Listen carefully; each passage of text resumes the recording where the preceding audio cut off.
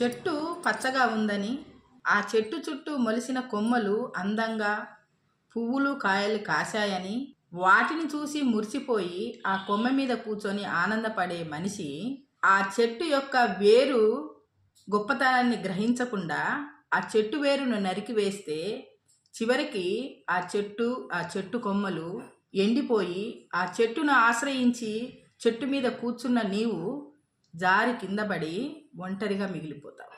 అలాగే ఈ ప్రపంచంలో కొందరు వ్యక్తులు ఉంటారు, తన వాళ్ళు అన్న వాళ్ళని తన కష్టములో, నష్టములో, కన్నీళ్ళలో చూసిన మనుషులని కాదని, బంధుత్వాన్ని కాదని, అప్పుడే కనిపించిన అప్పటికప్పుడు మాట్లాడే కొందరు వ్యక్తుల్ని చూసి వీళ్ళే నా వాళ్ళు అనుకొని వాళ్ళ చుట్టూ తిరుగుతూ అయిన వాళ్ళని కాదనే వాళ్ళు చాలామంది ఉన్నారు.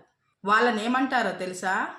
చెట్టు మీద కూర్చొని ఆ చెట్టు కొమ్మని నరుకుకున్న ఆ అవివేకి అయిన వ్యక్తి ఎలాంటి వాడో వీళ్ళు వాళ్ళు ఇద్దరు సమానమే అంటారు. మీరేమంటారో చెప్పండి.